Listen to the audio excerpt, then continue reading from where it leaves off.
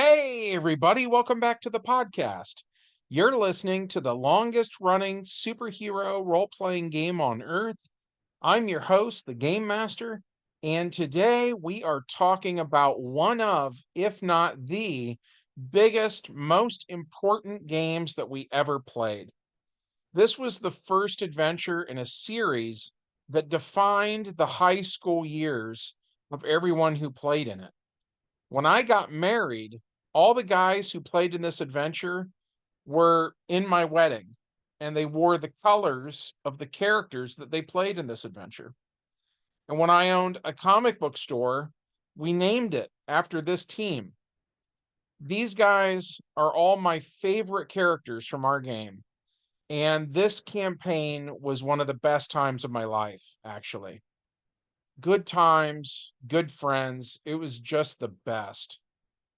Anyways, before we get too into it, you know the drill. Smash like, make sure you're subscribed, and leave a comment. We've got an awesome community here, and it's all thanks to you guys. Thank you so much for being here. So, with all that said, let's dive into it.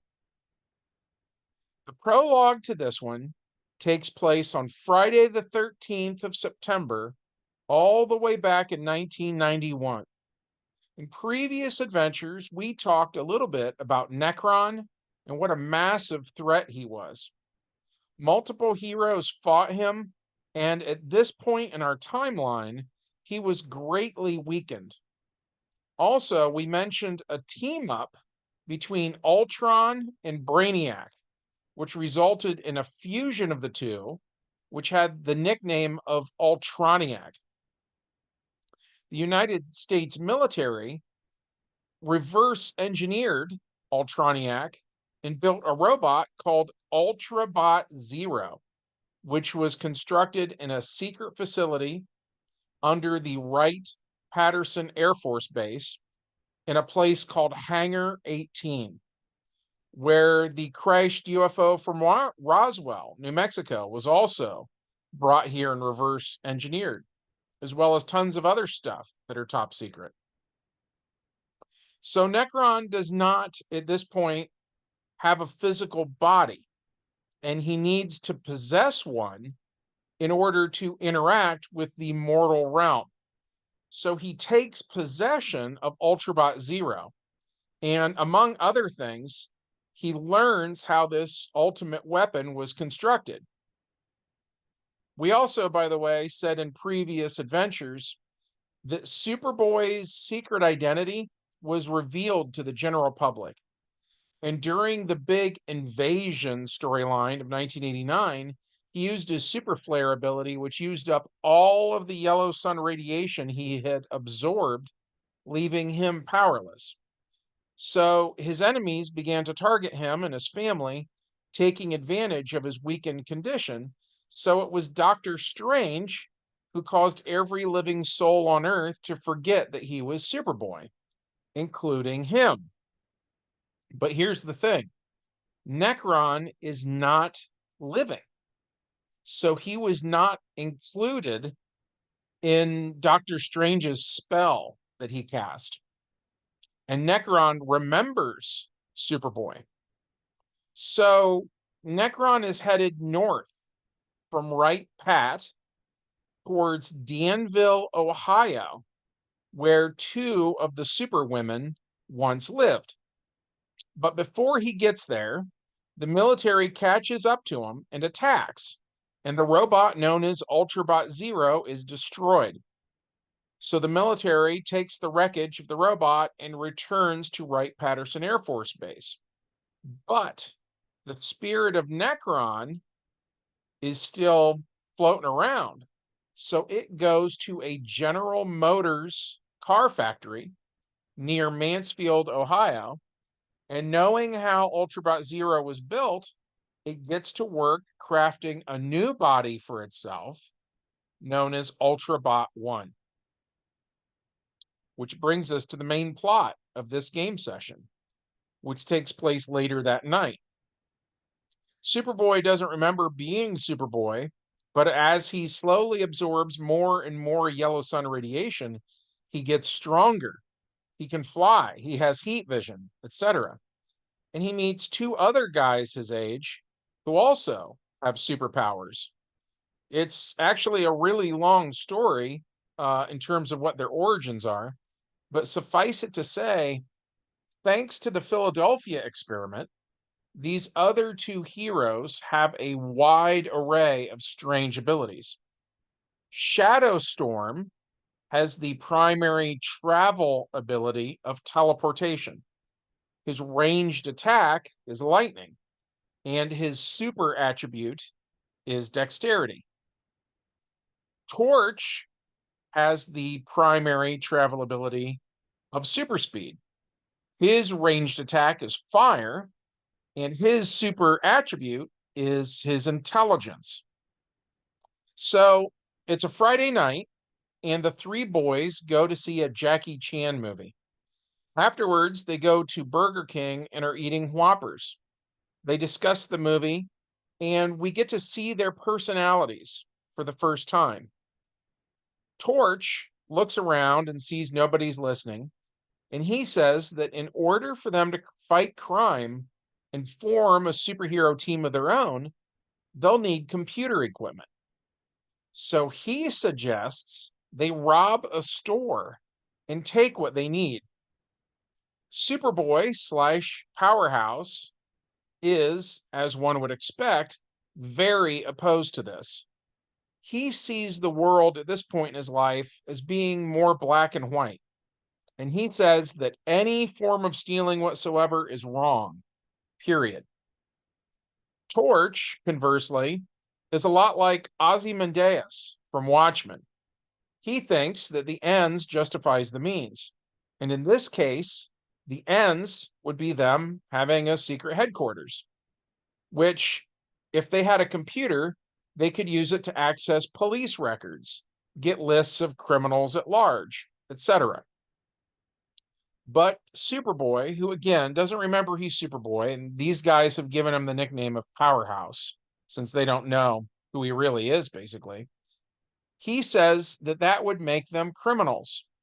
And what would then be the difference between them and the guys that they fight? Shadowstorm, who is basically the Batman of the group, says that the difference would be that they steal for the greater good, while other criminals would steal, presumably, for their own benefit. So the three boys put it to a vote, and Superboy gets outvoted. Shadowstorm and Torch do decide to rob an electronics store and get the stuff they need. They talk about which store to rob, ultimately settling on a little mom and pop store in town known as Swallen's. Superboy says that's horrible. And Torch says that every store has insurance, and the insurance companies are all corrupt. So they won't be stealing from the store's owner, who, by the way, is a certain hero by the name of John Redbridge. But they will be stealing from his insurance company. Torch says they'll be sticking it to the man. So the boys finish their meals and hop in Shadowstorm's boat of a car, and they pull open their shirts, revealing their brand new superhero costumes. Powerhouse slash Superboy's costume looks a lot like the modern Superboy costume, but without the S logo on the chest. It has a red chest, red shoulders, and a red collar, while the stomach area is blue. He has a yellow belt, red trunks, blue legs, and red boots. For this first outing, Shadowstorm is basically dressed like the Jon Stewart version of Green Lantern from Justice League Unlimited. But the parts on the Green Lantern's costume that are black are orange on the Shadowstorm costume. He has a hexagon on his chest with the letter C in it, where the Green Lantern logo would normally go. Likewise, Torch, who's pictured here today, wears a yellow and purple costume, just like the ones the other two are wearing. They also all have masks, similar to those worn by Robin and Nightwing, which they can put on to hide their secret identities if need be. Since the weather's turning colder, Shadowstorm is wearing a trench coat over his costume, while the other two have leather jackets, sort of like how Jim Lee used to draw when he was doing X-Men in the early 90s. They're standing behind Swallens in the dark, and Torch tells Superboy slash Powerhouse that they'll need him to go across the street where they sell semi trucks as well as trailers. Torch tells the Boy of Steel to steal an empty trailer that they can fill with the loot, which, of course, Superboy hates. He says there's no way he's doing that. Torch tells him to fly over and grab one, explains that they will then steal all the computer equipment, and that Superboy can then fly the trailer away from here. Shadowstorm asks where they're even taking it, saying that they can't take it to his house because he lives in town. Someone will see it. Torch says, well, you can't take it to his house either, because even though he does live in the country, it's still wide open and right next to the road. So someone would see it there too. So they look at Superboy, who has a huge forest behind the farm where he lives with his grandparents. Superboy says, nope, no way. We are not doing this. Just then, Nekron lands in the mechanical body he built for himself. One of the boys mistakes him for Brainiac. Another thinks it's Ultron. And Nekron bellows his name and then fires an energy blast in their direction. Torch uses his super speed to get out of the way. Shadowstorm uses his agility to dodge. But Superboy slash Powerhouse fails his dodge roll and gets hit, taking damage and getting blown backwards into a dumpster. Shadowstorm warns Powerhouse slash Superboy to be quiet or they'll get caught. And the Boy of Steel says, yeah, like this is my fault. Then he returns fire, blasting Nekron with his heat vision. But the body, that is again called Ultrabot 1, is just too tough, so no damage gets through. Shadowstorm shoots Nekron with lightning, but it does no damage.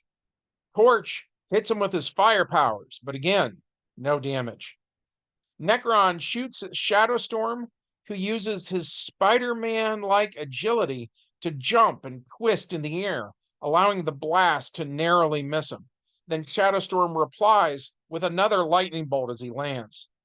Torch hits the villain with fire, and Superboy flies up and punches Nekron in the chest as hard as he can. Nekron takes no damage. Nekron fires at one of the boys, and when the energy blast doesn't hit the hero, the stray shot hits the store, starting a fire. Torch says, this is great.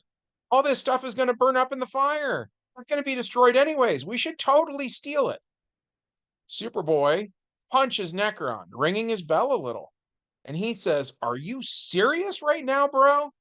Nekron grabs Superboy by the ankle, throwing him through the brick wall that is the rear of the store. Superboy careens through the aisles, knocking shelves over and doing damage. Nekron slowly walks into the burning store, kind of like a Terminator, the flames reflected in his silver armor. He scans the area with his red eyes, sees Superboy, and opens fire. Meanwhile, Shadowstorm teleports the equipment they need to the back of a semi-trailer. Torch tells him they should grab some stereo equipment and video games while they're at it. It'd be a shame for all this stuff to just burn up. Meanwhile, Powerhouse punches Nekron, knocking him out the front of the store. As Nekron slowly gets to his feet, Powerhouse flies over, shouldering into him as hard as he can, knocking the robot into a light pole, which then causes the light pole to drop down and hit Powerhouse. Nekron fires another energy blast, which is a light source in an otherwise dark parking lot. As the bolt rushes at Powerhouse, it lights up the ground under it, then hits its target, sending Powerhouse crashing backwards through the glass in the front of the store. Torch tells him to stop screwing around and take down the bad guy already. Powerhouse says, oh, screw you, man. Then he hits Nekron with I-beams. Torch uses more fire, hitting not only the villain, but the property too. Shadowstorm teleports out, and when he does, it seems as though he turns into a lightning bolt, which goes up into the air. A round later, after the villain attacked the other two heroes, the lightning strikes behind the villain, and it's Shadowstorm again, who then hits the villain in the back of the knee with a metal staff like the one Gambit uses. Nekron hits the boys one by one, lowering their respective hit points, and the fight moves diagonally through the parking lot until it ends up in a yard across the road and down the street a little bit. The Continuum members realize they might die tonight, and this definitely seems like a bigger problem than they were ready for. There comes a moment when they take cover behind a tree that Necron knocked down, and as they lay low to the ground behind its giant trunk, he can't see them. He walks through the smoke and the fire looking for them, but for the moment, he doesn't know where they're at. What do we do? Shadowstorm asks. Torch thinks for a minute. I say we run away. Let the Avengers or someone else deal with this. Superboy / Powerhouse has a plan, though. He says he thinks that armor provides the villain with a certain amount of damage resistance. And while a couple of their attacks did enough damage to barely get through, the problem has been that they've been attacking one at a time.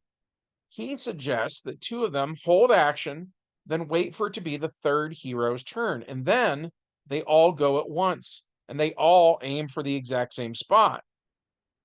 Shadowstorm asks what they should aim for, and Torch suggests that while the main parts of the robot are made of something stronger, its joints were probably put together with normal screws or bolts or something. Nekron hears the boys whispering and shoots at the log they were hiding behind, shattering it with his energy blast. On the boys' turn, Shadowstorm and Torch hold action, and when it gets to be the turn of Powerhouse / Superboy, they all basically cross the streams, shooting Nekron just below his chin. The robot loses almost all of his hit points in that one single blow, and his metallic neck is red hot from heat vision and flames and lightning bolts. The Boy of Steel sees his window of opportunity and flies over as Nekron loses a turn for being stunned. And as he stands on the robot's shoulders, Superboy pulls on its head. The red hot steel and the red hot screws and bolts inside can't stand being pulled so hard. So metal snaps and wires are ripped out, and the head of Ultrabot 1 gets ripped off. Just as Shadowstorm's teleportation looks like a lightning bolt that goes straight up into the air, so too does the spirit of Nekron shoot straight up into the smoky night sky.